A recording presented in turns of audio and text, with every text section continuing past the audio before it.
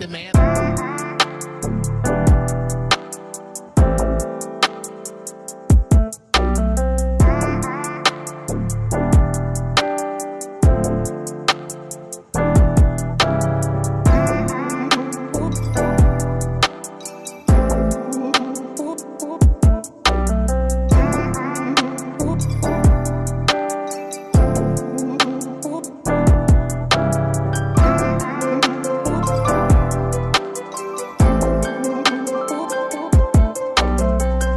Alton Wild TV, y'all need to get y'all butts in the seats. It's going down this season.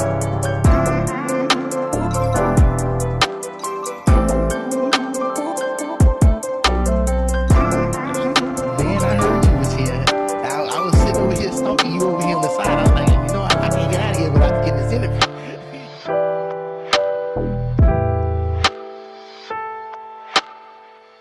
I'm Mr. Durite. Y'all need to get in there. Y'all need to get in there. Y'all better get in there. I'm telling y'all. Welcome to The Topic Is. I'm your host, Kevin Stewart, Mr. Durite, if you did not know. And I have a special guest in the house tonight. Let me just do my intro, if you will. Tonight, we are diving into health, healing, and holistic wellness with a very special guest, Dr. Michael D. Alton II. Hi, how y'all doing?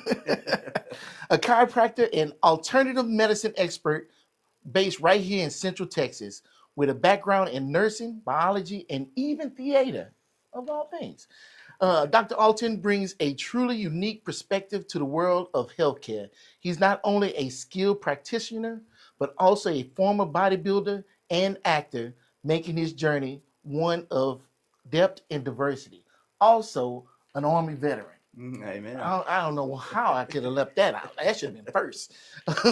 We're going to explore his approach to treating pain, promoting wellness, and empowering people to live healthier lives without always relying on traditional medicine.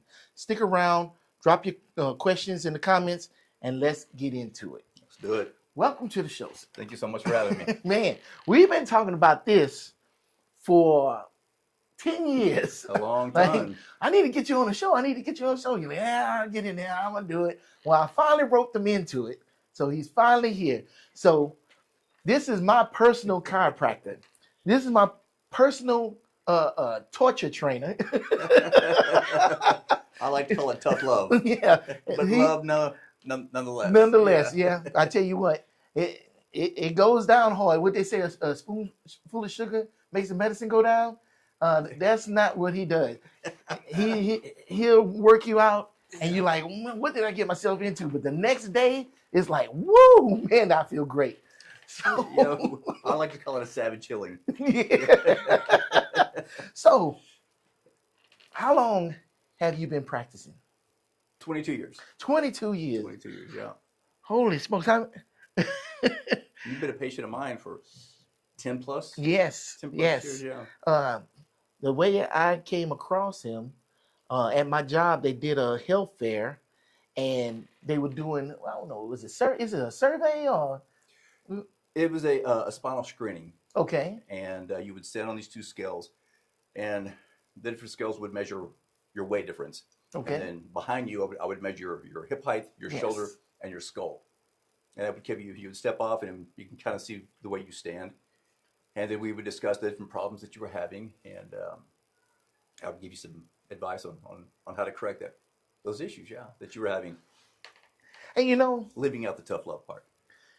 here's the thing, and the reason why I decided to go and see him. And this is my show. You're going to find out here in a second. Yeah, sounds good. You can tell when somebody bullshitting. And you know, somebody just, we just need to get some patients. We need to get some people in here. We need to make this money. But I never felt like that with him. And so when I got that assessment, of course I was skeptic. But I was like, well, you know, he's being real with me. He wasn't trying to push anything on me. Let me go and see.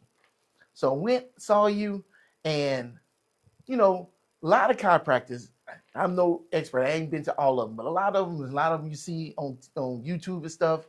You know, they pop you. You see them popping your bones and stuff and hitting you on the table, and stuff. And you're like, oh, man, I don't know if that's for me. It may not be for everybody. But that's not all he did. Yeah, he gave me an adjustment, but he did this thing and he was scraping my muscle and he's like, man, we need to get all of that acidic acid and stuff out your muscles. And break up the adhesions and the scar tissue. Yeah, and the technique is called Graston technique, where you can use various different tools, some metal. Some people call it gua sha, and basically you get something with an edge, and different areas where you're having trigger points, and just hard knots that massage different things haven't worked, and so we get tools and we scrape, and depending on the tolerance of the patient, I like to go a little bit heavier, but I'll start slow, and I get heavier and heavier, and all four directions, up, down, left, right. And sometimes I will also do some dry needling into that same area. But back to that scraping. Yeah. Now, let me tell you, when he's done, and no joke, and this might sound bad, after you're done scraping, you'll be black and blue. Yeah. But if you had any tension in any one of those muscles, it is completely gone. It basically is like you got a nice juicy steak and you tenderize it, and now it's nice and palatable. Yes. That is what he does, and it is delicious. I love it. Every time I go to him, I say, man, you got to scrape it, and you got to do it. And if your whole back is hurting, he might do the shoulders, and he say, okay, we'll set you up another appointment. Then we do the next part, and then the next part, and then everything is nice and loose. I mean, he beats you up, but he ain't a masochist. Right? I did kind of enjoy it a little bit. I love my job. And when he says black and blue, it's called the petechia. Little red dots show up where you scrape it. It's your scar tissue, and it is some tough love. And you will be a little sore the next day, depending on how heavy you go. It's called Graston technique. David Graston taught me in 2005, and in my opinion, his methods were aggressive. And nowadays, it may not be taught as aggressive, but it works. It works very well, and I've had it several times, and I practice it every week. I have for long, since 2005. Yes. I am a witness. It works. Free plug. It works. I recommend anybody do it. I mean, if you ever went for a really good deep tissue massage, that's good. But the scraping is better. It's so much better. But you know what? I can't keep talking about that because that's so good. I love that. That's the best part. But we want to get into some of these questions. My first question is, you studied nursing, biology, and even theater. How have those diverse experiences shaped your approach to chiropractic care and patient interaction? Well, I graduated UT Arlington, and I was majoring in biology, and I was bouncing on the weekends at nightclubs in Dallas. And I went to pick up my paycheck once, and I saw that Chuck Norris and crew, picture of them were on the wall. And I said, hey, did they shoot one of their episodes here? And they said, yeah. And I said, well, there was a phone number on it. And so I called and I said, who I was and where I worked, and I would like to get on their show. And they said, do you have an agent? And I said, no. Do you have a headshot resume? I said, no. So they said, get a headshot and resume and send it to these people. So I went, I got a headshot, and I didn't have a resume. I didn't have done anything, So I mailed that in, and they called me in for extra work. And after about 3 or 4 months of doing extra work every now and then, I got an audition for a guest starring role, and that was really nice. And I went in, and if you mess up on an audition for a guest starring role, they're never going to call you back. Right. And so I just did the best I could, and ended up getting the role, and it was fantastic. And I didn't get to fight Chuck. I got to fight Clarence Gillard at the end of the episode, and of course he knocked me out. Of course. Probably with a roundhouse. Yeah. But no, they were fantastic, and that was my first speaking role ever. Okay. And Chuck Norris is so nice. that he came by my trailer and he said, you know, I've been looking at the dailies and you're doing a fantastic job. Keep it up. And he should have said, man, you need to step it up, you know, Okay. because I didn't know what I was doing. But he's such a nice guy. He built me up, and it was just a fantastic experience. It's a great crew to work with. 10 years. I've never heard this story. That Really? is Yeah, a yeah. cool story. Yeah. So, The so episode when, is called The Patriot. Walker, Texas Ranger, The Patriot. Way back in the day, 1994. Yeah. no, it's legendary. Everybody know Walker, Texas Ranger. Yeah. And Chuck Norris. Wow. And what's interesting, you also met Arnold Schwarzenegger. I know that. I did. So in 2012, I had got into competing in bodybuilding. I've worked out since I was 8 years old. Hmm. And I've always been into working on being fit. And I just decided, you know, I'm going to try getting lean and see how I compare against other people. And my very first competition was the Adela Garcia Classic, and it's here in Austin. Hmm. And she was 8-time Miss Olympia, and I placed 6th. It was, but I got a trophy. You know, Right. I think there may have been just 6 competitors Oh, in my category. Maybe not, but you know. And so a month later, or the following year, I competed in the Arnold Schwarzenegger Classic there in Columbus, Ohio. okay. And there's a lot of people with really good physiques. They've been working out forever. I got 14th, and it was a good situation. I came in a little bit too lean and too dried out, and it didn't look good. A month later, I competed in the Phil Heath there in Houston. I got a 5th place trophy, and after that, I had enough. You know, Right. I experienced it, did pretty good, and but I've always worked out. Yeah, That it was your dream, but it wasn't your path.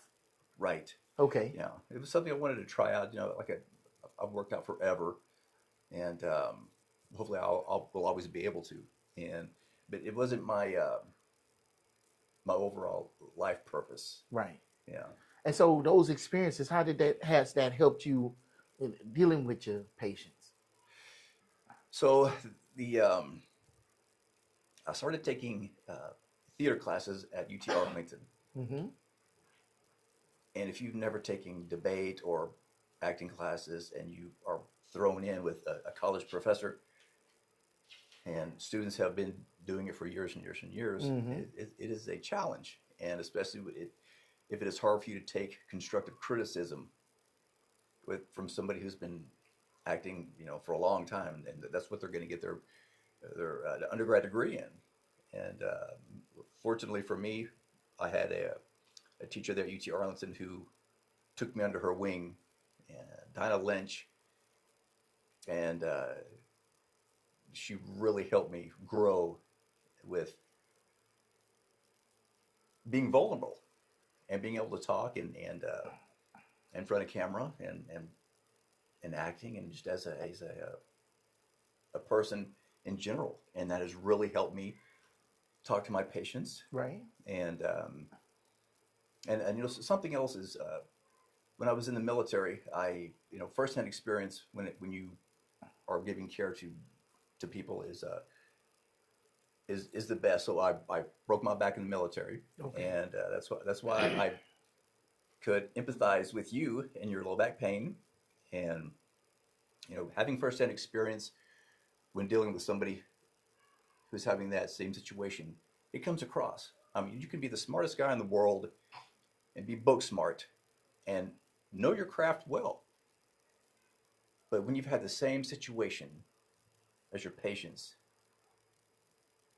they can tell. Right. You know, it's the little things that make the biggest difference. Mm-hmm. And so I knew exactly what your situation was, and it was the psoas muscle.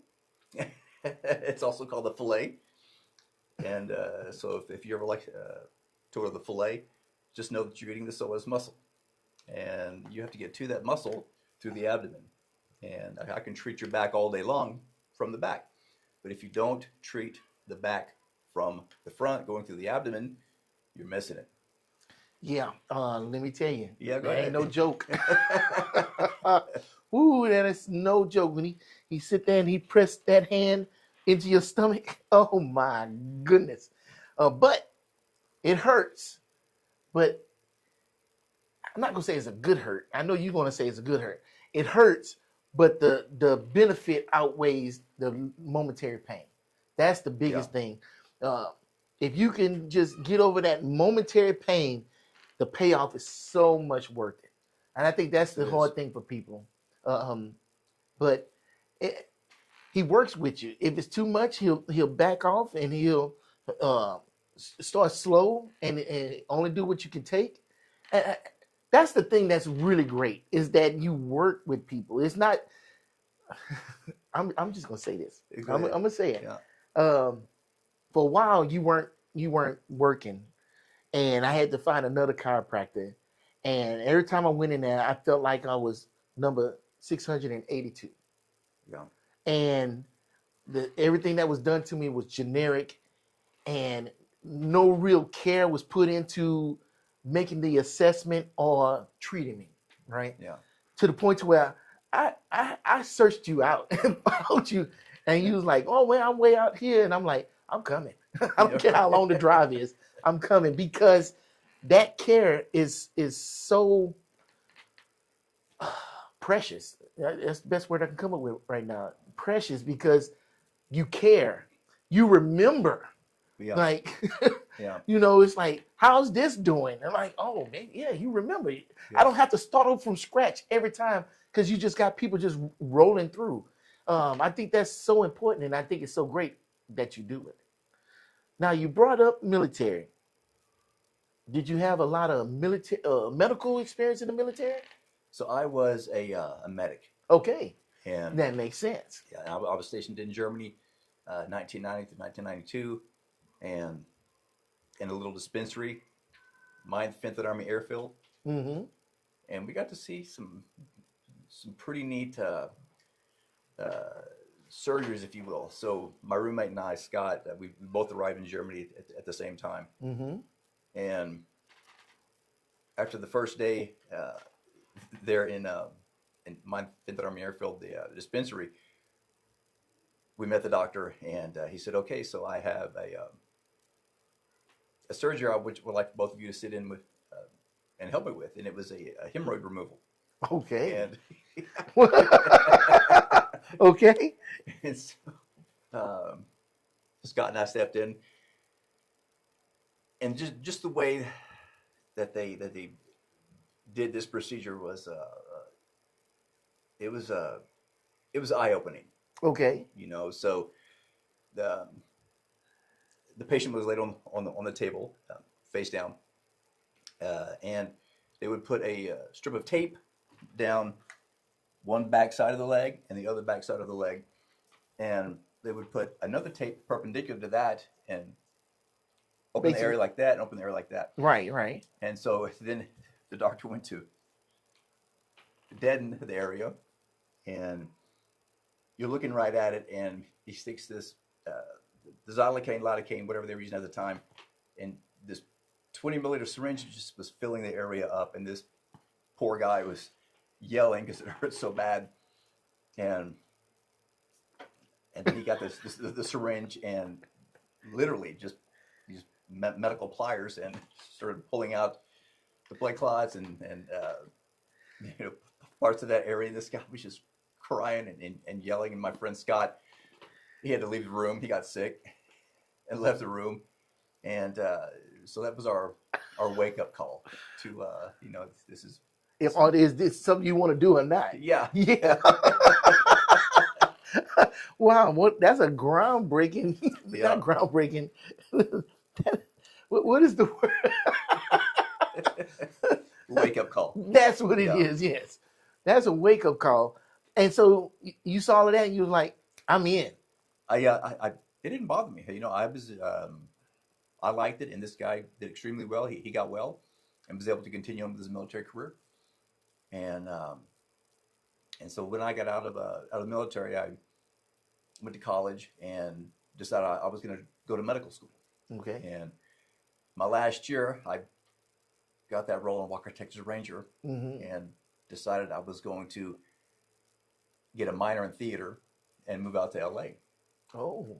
Oh. And so I moved out to LA. I lived there for 6 years, and during that time, I realized that I needed to get a backup plan going. Okay. And so I went to chiropractic school. Okay. So you were going to school to be a doctor, but it kind of got sidetracked being an actor. It did. Oh, okay. Andy, this is so interesting. I ain't know. It's like you think you know somebody, but you don't know at all. So when you went to LA for 6 years, did you get any more acting roles? I did. It was a movie of the week where I could play Ron Rosser, who was the Medal of Honor winner in the Korean War, and that was a really cool experience. They had huge pyrotechnics, Mm-hmm. things blowing up in the background, and yeah, it's what was the name of that movie? And it was a movie that it was a long time ago, like 1998, 1999, Okay. and it was a good time. And I've shot some commercials here and there. Shot one with Deion Sanders on the TCU campus. I played the Dallas Cowboys football coach, and we were shooting a commercial for his tennis shoe, the DT5. Yeah, and that was a long time ago. Wow. Yeah. Wow. And but yeah, so then I went to chiropractic school and moved back here to Texas. Well, so you this is. You remember you said how long it's going to take? This might take a while. So you're out there in LA, you're getting gigs, but you said you needed a backup plan. I mean, was your acting career going the direction you wanted it to go, or I mean, did you see yourself at a higher level or something? You know, I have always prayed, Mm-hmm. and you know, God, if this is your will, let it happen. And it never did for me.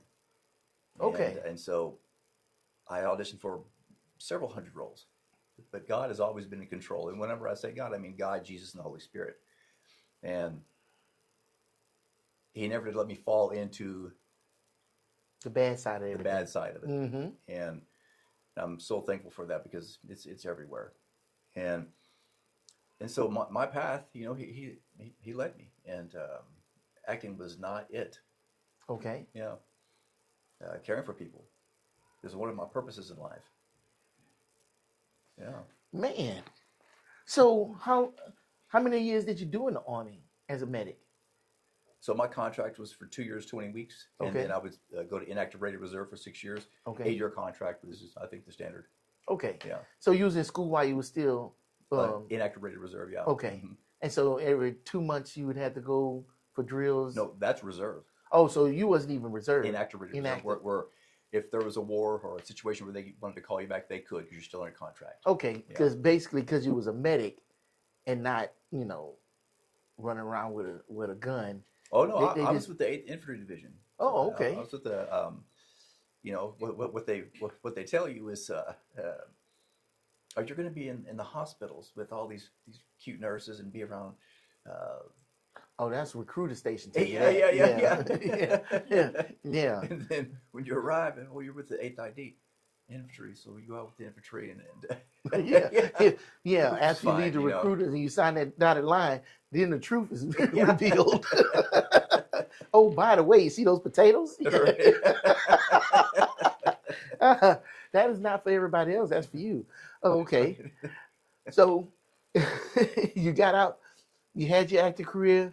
You went to chiropractic school. You got your degree in chiropractic medicine, and moved back to Texas. So what happened there? Okay, so I started in South Austin in 2005. Okay. And I was in practice with Dr. John Carlson for 5 years, and I went out on my own in 2010, and I ended up getting diagnosed with leukemia in 2014. And so I put everything on hold for a few years, and during that time is when I went to nursing school with the idea of getting out of nursing school and getting a a master's and a nurse practitioner. That way, I could do different things at my clinic, where under my chiropractic license you weren't able to. I understand. And so,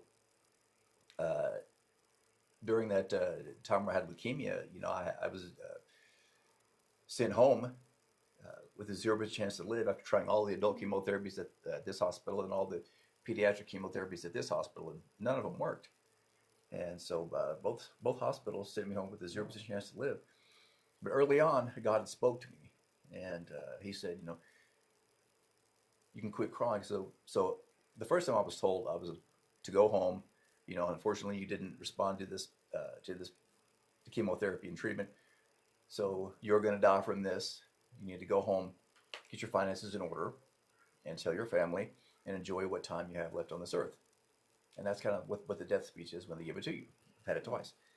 And so on my way home, I was driving down I-35 back towards Leander, and I was just crying because I was going to go home and tell my family, this is it. And God spoke to me. And when God speaks to you, it is very clear. There is no question at all. He said, "You can quit crying. You can quit crying, child. You're not going to die from this." And I knew right at that point I wasn't going to die immediately. Mm-hmm. And I was so happy, and I started crying more. It's like, oh my gosh, thank you. It's a different crying. It is. There's a crying from sadness, but then there's a crying from joy. Yes. Okay. Yes. And so no matter what I was going to encounter during my fight with leukemia, I knew I wasn't going to die. And so I can't tell you the number of times that God saved me during that time. Mm-hmm. And I did write a book about it. After I wrote the book, I said, God, what would you like me to call it? He said, Be Still and Know That I Am God. And so you can get it on Amazon. Wow. Be Still and Know That I Am God by Dr. Michael Alton. It's 50 pages. You can read it in an hour. Yeah. And it's just talking about your experience? It's meant for anybody to read. Okay. But it targets people who are dying. So there is no fluff. Okay. 50 pages, and it is packed with miracles that God provided for me, and scripture to go with it. Mm-hmm. So yeah, if you know of anybody who's in a situation where they need powerful scripture, biblical scripture, you can look at my book. What? So let's to the checklist. One more thing I did not know. I didn't know you wrote a book. Yeah. Wow, that is great. What else is great? Here you diagnosed with leukemia, and instead of wallowing in your misery, you go to school. I did. So that brings me back. I was going to nursing school prior to that. Right. And then after I was in remission and I had a unrelated donor stem cell transplant, and that alone takes a while to recover from. And so I had finished nursing school and applied to get my master's. And, there's something called chemo brain. And everybody who's had cancer and chemotherapy, you know what I'm talking about. So your memory is not quite there for a while. Okay. And, fortunately, there is something called brain plasticity where the brain is able to recover. And at the time, it was fairly new. There's not a whole lot of people that knew about brain plasticity back in 2014. Thank you, Ted Carrick, for being the father of that. But anyway, my brain did recover. But during that time, I did apply to my master's, and they knew my situation. They thought that it would be a good idea if I didn't apply to the nurse practitioner program because of patient safety. And at the time, my memory wasn't well. Mm-hmm. And I didn't need to be prescribing medications to patients when, Right. So yeah, I do have an undergraduate degree in nursing from A&M Corpus Christi, but I have continued on with my chiropractic career. Man, that is wow. That's a very interesting story. But I mean, you still haven't quit. So, what are your goals for the future? Well, I am a father of a 17-year-old son, Yeah. Michael Alton III, and getting him into college, Mm-hmm. and just taking care of my wife, Dawn, and our daughters, Lulu and Grace, and just continuing to help people. Well, that's. I mean, I think you hit the jackpot. I did. I mean, I'm truly blessed. you got your life, you got your family, you have a successful business, and you can just live out your life just doing the thing you love to do. Yes. Not a lot of people can say that. Right. I mean, I hope they can. I wish they would. I wish I can, but I mean, you have no boss to answer to except for your wife, right? And you know, you get up if you want to take patients, you can. If you don't have to. But you have a way to sustain your life and everybody else's. Man, that's the real American dream. You know, if I am not helping people, Right. I get into a funk. Okay, so when I when you had to stop your practice, I understand how cancer can put you in a funk, but I feel like not being able to help people probably put you more in a funk than the cancer I did. was helping people. Oh, So, you were? yeah. So when you get a stem cell transplant, you're in the hospital for 100 days or so, and that's if you survive it. And you walk when you have the stem cell transplant, you do not have an immune system. So you go through this period where you're giving 10 times the amount of chemotherapy that you ever had to kill off all of your red blood cells. And then you're giving 6 sessions of total body irradiation where they put you in front of this radiation machine and they radiate you for 10 minutes on this side and you turn around, they radiate your body on 10 minutes on the other side. And so your immune system, you don't have an immune system. And so when you are going back to the transplant area where you stay, you walk through these doors shut, and all the air gets sucked out, new air gets pumped in, and the other set of doors open up and you go back to your room. Oh wow, airlock. Yeah, airlock, exactly. And so there is nurses back in that airlock. And so they knew I was a chiropractor, and I would be adjusting their necks. I'd walk up to the nurse's station, and they would just sit there, and you can do a cervical adjusted seated. And, so I would have, like I said, if I'm not helping people, something ain't right. I will find a way. Yeah. That is too good. That's like an accountant. Yeah. And then like, let me see your taxes. Yeah. It is one of my purposes, Wow, that's really good. If you're robbed from that, man, it's that and working out. If I'm not doing that, and it's I get into a funk. Yeah. Yeah. Boy, so you know where to go now. He was just hey man.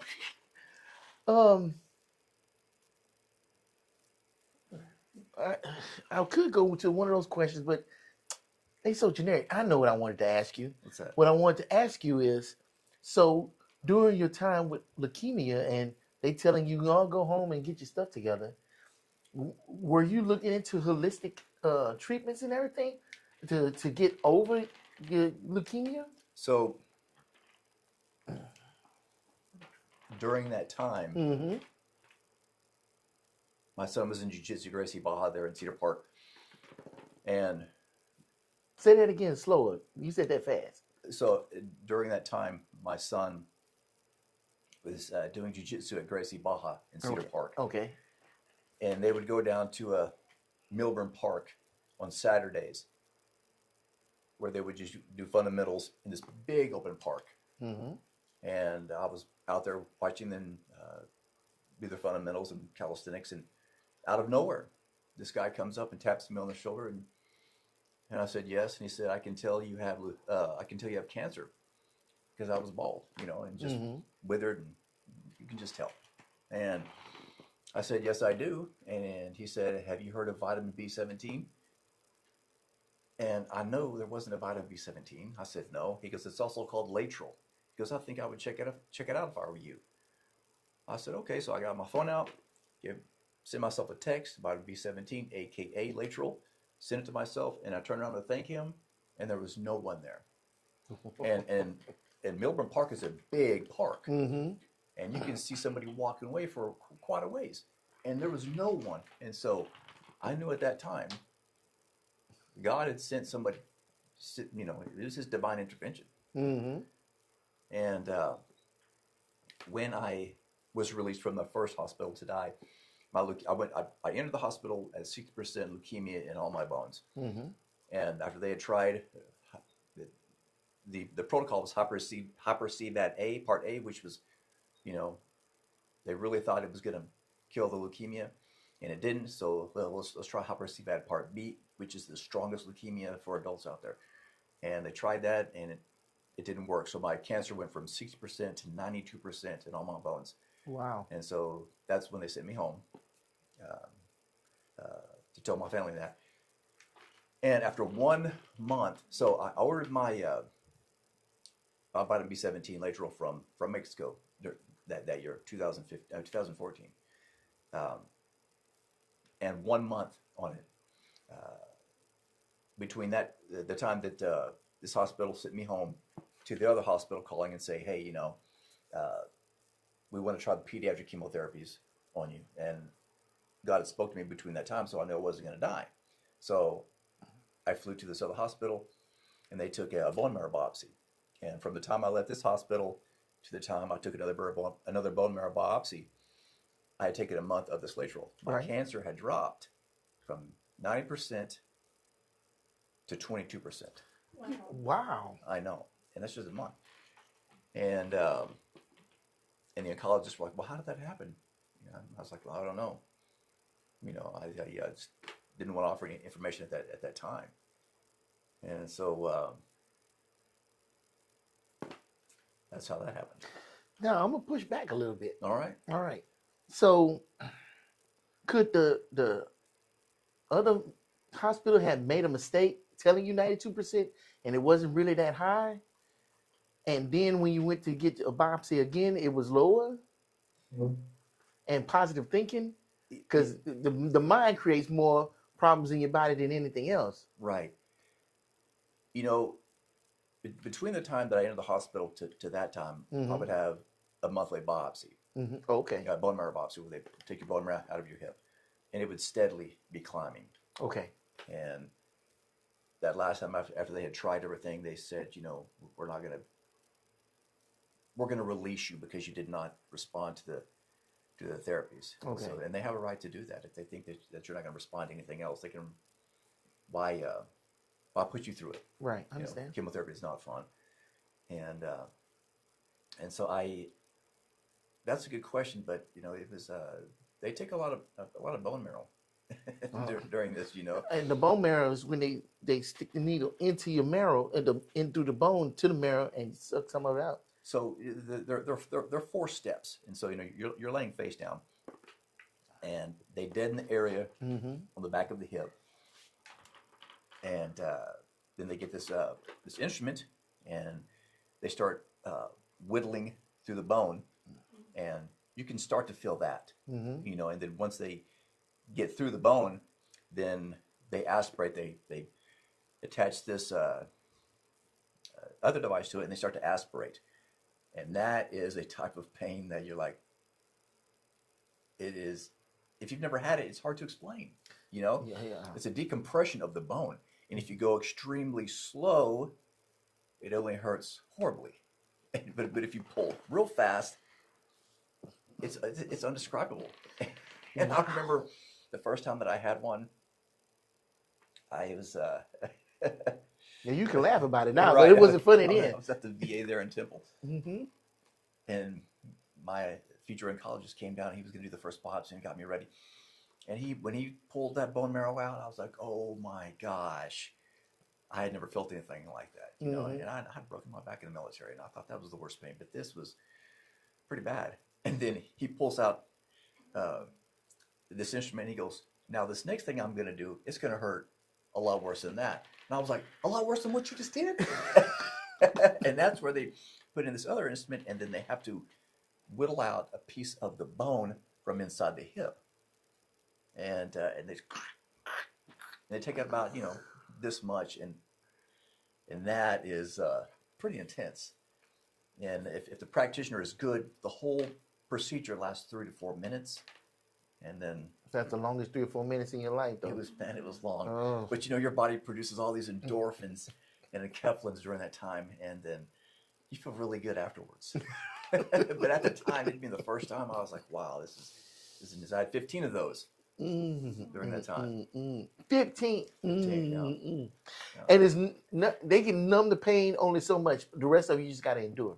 Yes. And see, what I think You about... can't numb the inside of the bone and all that. I mean, you can numb the tissues on the outside, but all this other stuff, you know, it's... And it just makes me think about children that have leukemia and have to go through that. It's yes, like, oh my gosh. That's horrifying. When I went to this other hospital, it was a children's hospital. Yes. Because I was going to try and I did try the children's chemotherapy, and just to see what they go through, I was like, I just started crying, and crying, and it's just, it's a bad situation. Yeah, stuff like that. Stuff like that. I'm getting choked up because I was burnt. I got burned. You want a tissue? No. I'm not gonna cry. I got burned, and I know how much it hurt me. Yes. And then seeing a child burn, it breaks my heart, right? So it gives you a whole nother perspective on things. You know, if you don't go through anything, then you don't know. You just going through life oblivious. But if you've gone through something, man, the whole world opens up to you. Yes. So first-hand experience is the best. Yes, unfortunately. Yes. When caring for others, you know, if you've had a heart attack, if you can find a surgeon or a doctor who's had a heart attack. Oh, yeah, you're going to get the best treatment. They just, it's the little things that make the biggest difference, you know, and because of the chemotherapy and radiation, last year I had both shoulders and my left hip replaced. And in order to get those replaced, they have to break down. And so, you know, when you have shoulder problems, hip problems, back problems, first-hand experience, you know, so when my patients come in with any of those, there's just different things that I understand that make their experience a little better. Okay. In my clinic, you know. So, you mentioned it a few times in our discussion. Tell us about your faith. So, I've always grown up and going to church, and I was Wow. You want to go check in? Well, that's why I got a producer. Okay, right.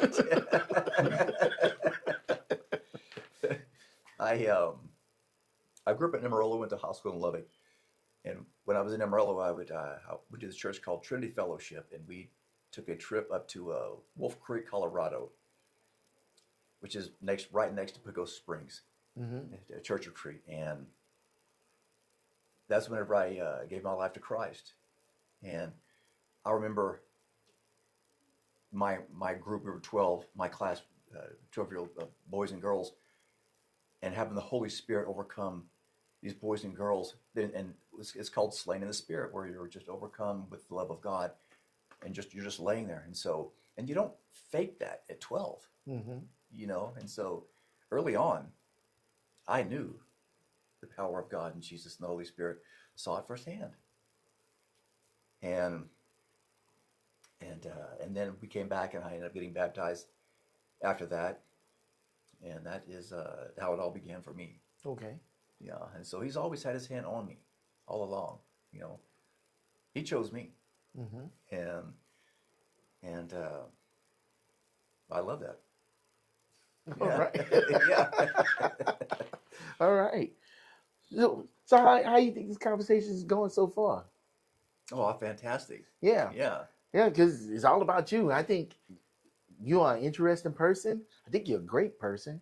I think everybody's story should be told, and you one of those people. My question is, when are you coming back? How's your back? Oh, so I just got off of. Hold on, let me put it on both of us. Oh, dang it, I can't. Yes, I can. I just got back off a 7-day cruise. Yeah. So I'm good. All I did was lounged. I got out there and snorkeled a little bit, and that was so good for my back because I was just floating. and Oh, yeah. I didn't I have bet no that felt pressure. great. Yeah, it felt good. I got in one of those hot tubs and Yeah. had that jet right on my back, so I'm good right now. Now, ask me after I go back to work, Right. because I'll be really, there. I'll be there for you, I know Jimmy. you will. Because when you get back to work, the pain starts from here and works Yeah. its way down. Yeah. We'll do some Graston technique. The Yes. psoas stretch, the psoas release. Oh, and talk about the electrical shock thing. Oh, well, that's called the piezo wave, Okay. and it's pretty new technology. It uses sound waves to break up scar tissue, Hmm. and that's fantastic. So that's sound waves. That's not even electrical shocks. So that's correct. It uses sound waves, although it sounds like electrical shock because it makes that ticking sound, Mm-hmm. depending on how fast you put the rhythm. And but you may be talking about when I do dry needling, and I hooked that up to electrostimulation as well. I've done everything on you. Right. You've done that, but every time you run that thing across my back, Put that gel on there, and then yeah, yeah. I thought it feels like electrical stimulation, but you saying it's sound waves. Yeah, it I is didn't sound even waves. realize that. And so it's been around for a while, and it started out breaking up. It's called lithotripsy, and you break up kidney stones. You can go to the hospital, and you're put into this tub of water, and they use sound waves to break up the kidney stones, and Okay. that's where this was derived from. And so they use it to break up scar tissue in the shoulders, the hips, epicondylitis, golfer's tennis elbow, things like that. Wow. That's just sound wave. That's sound I is know it doesn't feel like amazing. it. Yeah. Sound is amazing. Cause It's one of those things that it hurts so good, and once you get used to it, right. you know it's working. It doesn't hurt if there's not scar tissue. It only Right, hurts it if doesn't. It only hurts if there's You'll scar pass tissue. it by somewhere. You say, "You feel anything?" Oh, I don't feel anything. As soon as you get to that spot that's tender, you start. I'm like, "Yeah, I feel it. I feel it." Right. And I'm thinking, "You shocking me?" And you're not. I'm That's not. crazy. Right. Right. I mean, I will. If you I know want. you will. Right. I know you. You probably got an Iron Maiden somewhere else. Oh man. So, let's see. All right. I'm gonna do one more of my little generic questions Sure. to see if we can get something else good out of you. So, here's one. As a former bodybuilder, how did your personal experience with physical training and recovery influence your treatment and philosophy? Ask that one more time. Ask it one more time, Yeah. all right. As a former bodybuilder, how did your personal experience with physical training and recovery influence your treatment philosophy? So getting lean for me was extremely hard. Okay. It and it's a process. You can take 3 to 4 months, 2 to 3 months to do it. The shorter amount of time, the more body fat you have, the longer it takes to get lean. Okay. And it gets to one point during that prep cycle where you're not eating carbohydrates or sugars, and you're just stripping your body of all fat. Mm-hmm. And I'm doing an hour cardio in the morning, working out during the day, and doing an hour cardio at night. And that gets extremely challenging. But what helps is knowing that somebody else that you're going to be competing against is also doing it. Mm-hmm. And I was never one to be just hardcore and never cheat, never have my cheat meals. I would probably cheat a little bit every day, But there are those people, the ones that get first and second, third place. Mm-hmm. They don't cheat. Oh. That's why I never got first, second, third. You know what I mean? They wanted it more. Mm-hmm. They took it more serious than I ever did. But I got down to 2% body fat. Wow. And it is extremely hard to get to that point. And you basically just have to do more and more and more cardio and eat a lot of the right kind of fats and the right kind of proteins. And every now and then you'll have a carb up day where you eat like 500 grams of carbs and your body just sucks it all in, and then you wake up the next day even leaner. It's crazy. You just shock your body. And it's the people who do it on a pro level, man, they have it dialed in Mm-hmm. so well. And but it is a skill, is a talent, and you have to be very, very mentally prepared and dedicated to do it. And I wasn't. It wasn't that important to me. I mean, even though I got a few trophies here and there, you know, I just yeah. I like lifting weights. I don't like leaning out. Yeah. So, what would be a typical meal to help you lean out? I guess you know that's all in the process of where you are if you're trying to compete. You know, for me, signing up for a competition Mm-hmm. is step number one. That it keeps you accountable. Okay. Because I've tried to get super lean without joining or a competition. Without an end goal, right? Right, without an end goal. That's Right. it. And it never works. Yeah. Good. You Yeah. have to have an end goal, something that's going to keep you held accountable. If you get up there on the stage and you're soft, you know, Yeah. You don't want to be that person on right, that stage. you don't want to, Yeah. because there are, you know, I don't want to be one. So I did, you know, what I had to do to get down. But even at 2%, I did it too fast. You know, came in too narrow, looked more skeletal than I did. Oh wow. You know, so, yeah. So that's why they like. But I never had a coach. I just did it all on my own, Right. and just from watching and hearing people. And it really, really helps to have a good prep coach. It does. Yeah. Sometimes you hear about bodybuilders eating a box of donuts from like right before the competition. So there is a purpose to that, Yeah. and you have to time it, you know, right. It's all about timing. And if you time it, if you can be off by a few hours and be super lean and eat too many carbs too soon, take on too much fluid and water, and show up just flat, and you look like you never tried to prep at all. And so it's all about timing. You can do it the wrong way and die. So a lot of people die on stage too. So doing that is to get the definition in the muscles. You lean enough to where it shows the muscle, but not too much to where. what exactly? What part? Oh, the lean, getting lean.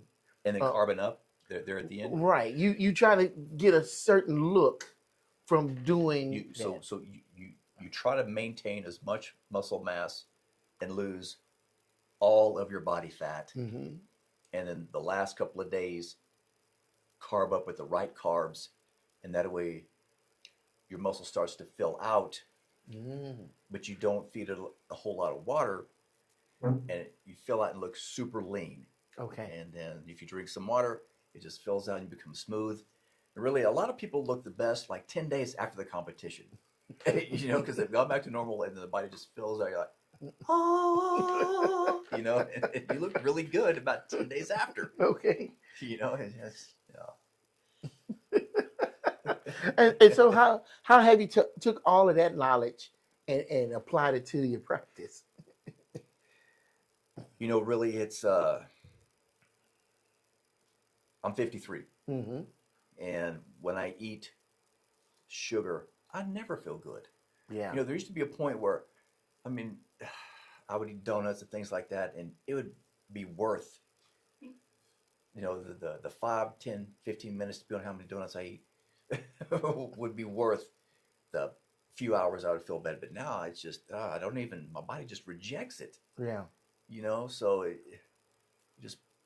you can only do those type of things. Do it while you're young if you're going to do it. Yeah.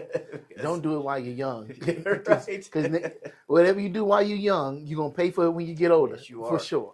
So, you know, you either, you know, eat very, very clean foods, organic foods. So the way I look at it is you either pay the farmer more now for the right kind of foods, or you pay the doctor more later. Yeah. You know? Man, you didn't say anything in this room more truer than that today. And, you know, so. Yeah. Yeah, that's how How they say it, mess around and find out. Yeah, right. All right. Yeah. So we're going to wrap up. All right. Any words of wisdom you would like to put out there? You know, 53 years being on this planet. Yeah, so, you know, when we're talking about eating, pray before every meal. Every meal, make it a habit, pray. And that will make a huge difference in the long run. Okay. Even if you eat bad, especially if you eat bad food. Pray over it. you know, and be serious. And drink a lot of water. You wanna pray over the bad food, and you're praying to stop eating the bad food, right? Well, I just say, Father God, thank you for this food. Bless it to my body. Don't let it harm me in either way. Okay. Because who knows who puts what in it? Mm-hmm. Even if it's organic, is it really organic? Well, You know, unless you grew it in your backyard. right? It's how you supposed to know. So, talk to God, have a relationship with Him, and pray over your food, pray over everything. Involve God with everything that you are a part of. All right. And just watch your life turn around. I appreciate you being Thanks here for having with me me, man. today. It's a I'll long see time you in the soon. making. Oh yeah, you'll see me. You know Yeah. I'm coming, and I'm not coming by myself, which is a good point to make. This man, he likes money. He needs money, and he likes helping people. So help him do two things at the same time. Go and check him out. He's easy to find. You can Google him. I Googled him today. It's very easy to find. Dr. Michael Alton. You don't even put the second in there. Just Right. put that in there, Austin, Texas. You will find him. Book an appointment. I promise you. I have a website, Yeah, he has a website. dralton.com. The word doctor is spelled out, dralton.com. Check him out. Everything that I have to offer is on the website. And I'm going to throw this also in there. He helped me with my disability claim. I used some other people to help me, and Through the military. through the military, and I would say some other outside the military to help with my disability claims. And I had some frustrations of getting help. I told him about it. He said, "Well, I can help you. Let me look into it." And he helped me a lot. He helped me so much. Wasn't looking for a whole lot from the help, which was great. He's knowledgeable. He's been through it. Experience, yeah. He's been through it. Veteran, dealing with the VA. And if you're looking for somebody to help you, you're a veteran, and you need some help with your VA claim, he's not a bad person to talk to. If he can't help you, at least he'll help you find somebody that can. And it's better to talk with somebody that's been through it, done it, and accomplished it, and to help you and to guide you through, because the VA is not easy. Every day is getting harder and harder. So he helped me. I am a witness. He can help you. Seek him out, even if it's just for that. But Amen. God bless you, my friend. man, I want to help you help people if I can. You know what I'm Thank you saying? so much. Yes. And make sure you put this on your Word of mouth. Facebook Word of page. mouth is the best. And let people know, because this is genuine. We ain't getting paid for this. Right. I'm no reporter. I'm just a dude playing a dude disguised as another dude. Right? So thank you for watching. Yeah. There's a million videos out there that you could be watching. You chose to watch this one. I appreciate you. Dr. Alton appreciate you. And my producer appreciates you, because she gets paid. I don't. She gets paid. Until the next time, peace.